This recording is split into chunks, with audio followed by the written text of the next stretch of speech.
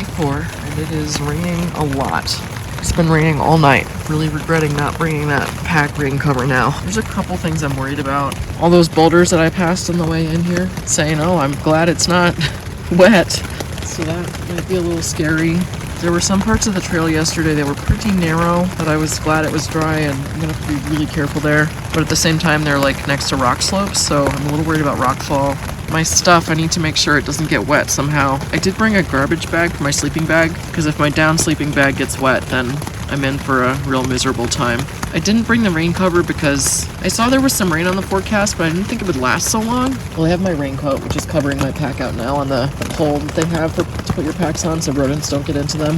I wrapped my raincoat around it last night so it wouldn't get wet. And then I was thinking about like, oh, should I just leave the raincoat to get wrapped on? But then I'm worried that I'll get hypothermia if I don't wear my raincoat. So I'm gonna wear my raincoat, and then I think maybe I can use my emergency blanket to make like a rain cape for my pack. I'm gonna use my leftover Ziploc food bags to protect my other stuff inside the pack. Like this sleeping pad, it could get wet, but I don't want it to get wet because then my sleeping bag will be on top of it and that'll be bad. And this down coat also cannot get wet. One thing I'm glad about is this Durston tent can actually leave the fly up while taking the inside down, which is one of the reasons I did get it, because one of my fears solo hiking was if it's raining, how will I set up my tent without the inside of my stuff getting wet and then me potentially getting hypothermia. In this tent, you actually set the fly up first and then you set up the inside so you can take the inside down first too. I'm boiling some tea water under my tent flap. I opened up the tent flap a little bit to allow some ventilation, but I'm keeping a very close eye on that to make sure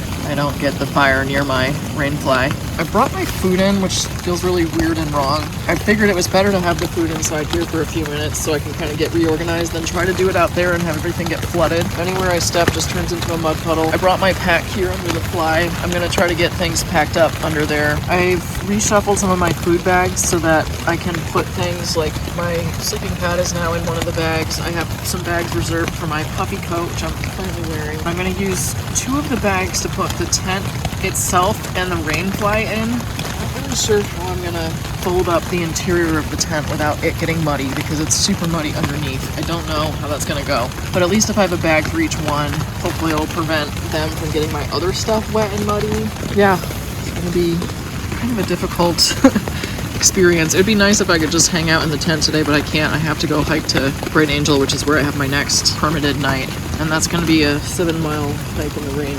I just want to say how much I'm really appreciating the design of this tent right now. Because the space where you sleep in is a parallelogram, it gives you these triangular areas underneath the rainfly where you can store stuff. It has a little clip inside here so you can have your rainfly flap rolled up to get some cross breeze if it's nice out. I have the bug screen clipped up so that I can sit here with my muddy feet outside of the sleeping area. There are these flaps that you can open, and it has a little stick that you can put there to keep it propped open a little bit. I opened that when I was cooking to get some more ventilation. The bathtub floor of the tent comes up for maybe about 6 or so inches, so even though it's like a mud puddle outside, everything inside the tent is dry and clean.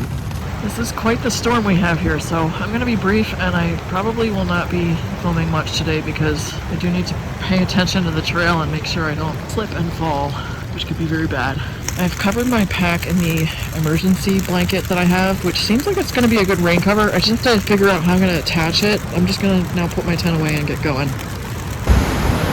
Look at that creek. Look how fast it's moving. And there are very distinct sounds of boulders being moved by the water, which is pretty scary. I think rock falls are definite risk today. I'm not going to go over Tobin Falls, it's just too dangerous. When I came to Cottonwood 2 days ago, it was very easy to just step on some stones over Wall Creek. Today I actually had to board it, which was not as scary as it looked. Even though I rolled my pants up, now they're kind of wet because it was deeper than I thought. Look at that. It's so wild. I was just reading in Desert Solitaire about how the flash floods look very murky and red, almost more like a viscous liquid than water, and now I see what that means. It's like a bright orange. Very powerful. This is how the canyon gets formed. See the rocks up there. Fortunately, there's not water that I see coming down the hills, because that could be really bad. I'm okay warmth-wise while I'm moving, but it is a bit cold when I stop.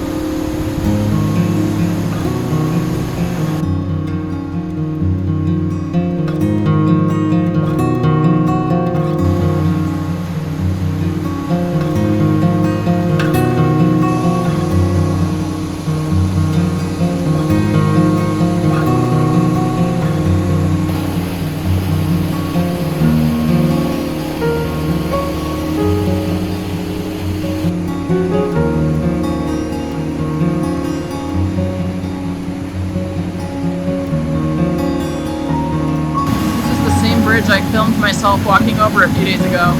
It's amazing how different it looks today.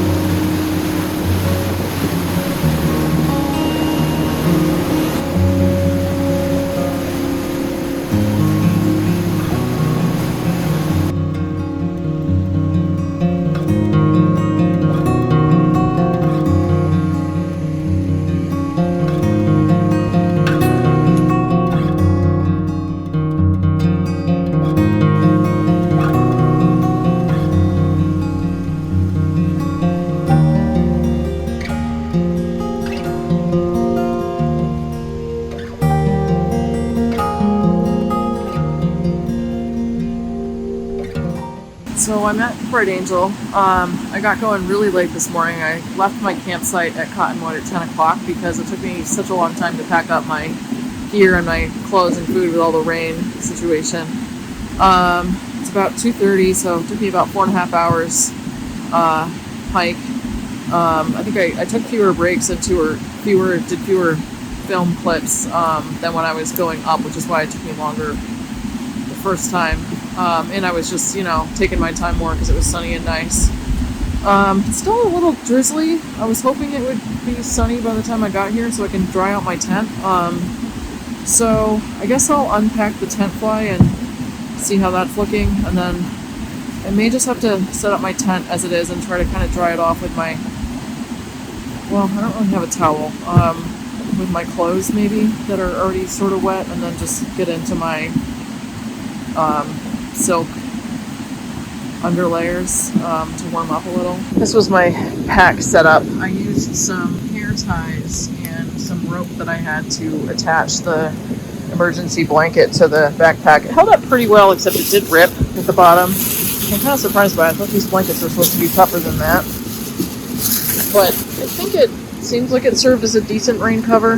The backpack did get a little wet anyway because it was hard to tie on everything and pack it all up without anything getting wet. But hopefully with this, plus my stuff being in plastic bags, my stuff will be mostly dry. We'll find out shortly. I'm like weirdly exhausted. Normally I think that would be a pretty easy hike for me. 7 miles, not too much elevation, but I think the stress of being in the rain and being cold just made it more difficult than usual. I do have some good news. Even though my pack itself was wet, everything inside the pack is pretty dry. So I'm happy about that, especially the most important thing, my sleeping bag and my silk layers and puffy jacket. Also, when I opened this food bin, which they very nicely provide at the corridor campgrounds, it was pretty dry inside, so I'm just going to stow all my stuff in there for now. Now I have to unpack the tent bags and see. So it was raining pretty hard when I left Cottonwood, so I just kind of stuffed them in desperation into these 2 bags. It's raining again. Oh my goodness, it just will not stop. So let's see, I think this is the fly, yeah, and this is the interior. I guess I should probably address the fly first. Oh, and my survival blanket completely ripped in half, so glad I wasn't using it for an actual survival situation. Hopefully I don't have to in the next 2 days. This is an extra tent stake that I picked up at Cottonwood. I did not bring my tent stakes with me because they were a little bit heavy, but since I've lost a lot of weight now because I've eaten most of my food, I figured I'd just bring this tent stake along. It actually did turn out to be helpful setting up my tent the other day. And tent stakes are not cheap, so I'll take a free tent stake. I'm willing to haul it out of the canyon. Finally seems like it stopped raining. Got my tent fly set up. I have the interior of the tent here. It's dried out a little bit, so that's good. Fortunately, the inside actually wasn't soaking wet, but the bottom was all muddy and wet, and it's dried quickly, so that's good. We have some blue sky now. I'm hoping that means the rain has stopped. Meanwhile, a ranger came over, and usually I would camp near the creek. She said there's a good chance the creek might rise more during the night. So I'm camped on the other side, next to some other people. Usually I would choose a site away from other people, because there actually are not many people in this campground tonight, but I figured it's probably good to be near other people in case I hear them yelling or something. I have been keeping an eye on that pile of rocks over there. They've kind of stayed at the same level of water for the last 2 hours, so that's okay. There's a chance that could get worse later. Apparently it's still raining on the north rim, so I'll have to be ready to get up and go if I need to. Somebody left this gas canister in my food bin, and I thought I would use it to make some tea. And then when the ranger came by, I don't know if she like saw me using it, but now I feel like I have to take it with me because I don't want her to think that I left it behind. So I'm kind of like, great. Now I'm stuck with this person's humongous gas canister. But I guess that's what I get for adopting it. All the clothes that I'm wearing are sort of damp, but fortunately it is warmer down here than it was at Cottonwood, so it doesn't feel so bad. But in a little bit, I just have a snack and I'm gonna get changed into some warmer clothes and then hang these out so that they can hopefully dry out a bit. It's about 5:30 now. I came over to do a little rock check. Looks like the water level's still about the same.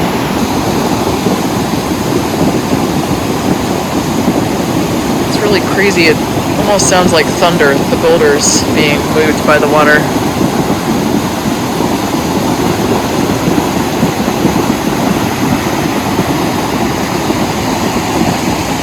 The stream does. If the creek does rise tonight, we may either have to go to Phantom Ranch. Well, I guess that's the option that the ranger presented if things get out of control. And if somehow the level gets too high to cross that bridge back there, there is a little trail that you can kind of run up to get higher elevation. It seems unlikely that that's going to happen at this point, but that's what I'm ready to do tonight. I don't know what I was thinking bringing this cotton napkin. I guess it seemed like a good thing to cushion my stove with because I didn't bring the stove case to save on weight, but I don't know why I didn't just bring another airlight towel. That would have been more useful. This thing's going to take forever to dry. Alright, it's 6:30 and I'm finally making dinner. A bit late considering that sun sets at about 6:30 to 7. My stuff is all a jumble. I'm not going to worry about that until tomorrow. Tomorrow I'm just going to Havasupai Gardens. That's a really short, fairly easy hike, so I can take my sweet time tomorrow morning. I finally changed into those silk layers on top. It feels so good to be comfortable and warm. My feet are still a little wet because unfortunately both pairs of my socks are wet, but at the same time I don't want to take them off because my feet will be colder, so I'm just going to deal with that for now and focus on making dinner, and I don't have to worry about conserving fuel anymore now that I have this mega gas can. My dinner tonight is the same as 2 nights ago. I have 2 packs of chicken sealed in a pouch, some ramen noodles, and some veggies that I dehydrated at home. There's some zucchini, some carrots, and some mushrooms. And then for dessert, I have some Milano cookies, which this time around have not been stolen by ravens, and a caramel, and a bag of tea.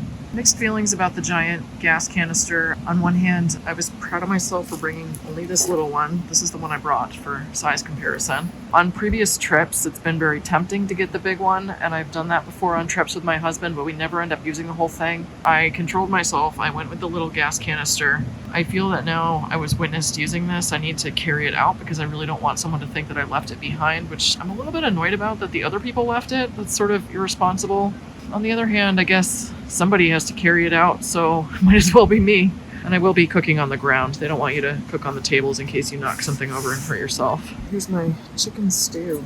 It's pretty good. Dinner's a little delayed because I couldn't find my headlamp, so I was a little worried trying to find it, and then it turns out I stuffed it in a random bag that I don't usually put it in because of the chaos of this morning. So I'm very glad I found it. That means I can read tonight in my tent. It doesn't really show up on the iPhone camera, but another thing that's very cool about this tent that I never noticed before is the guy lines actually have a reflective strip in the middle, so the headlamp is showing them as like a little red reflective bit, which is really nice because that means you won't trip on it in the night, assuming you have your headlamp on. Some tents, the line is just black rope and they're very easy to trip on. They don't show up on the camera, but they're quite visible with the naked eye. I am very much enjoying reading this again, especially now that I've been to a lot of the places that he talks about. I hadn't been to them before, but when I read this book for the first time, and now that I have, it's much more meaningful. Only problem is it's not quite long enough. I feel like I'm probably going to finish this tonight, and then tomorrow's a very short hike. Probably go for some little side trails after I make it to the campground, but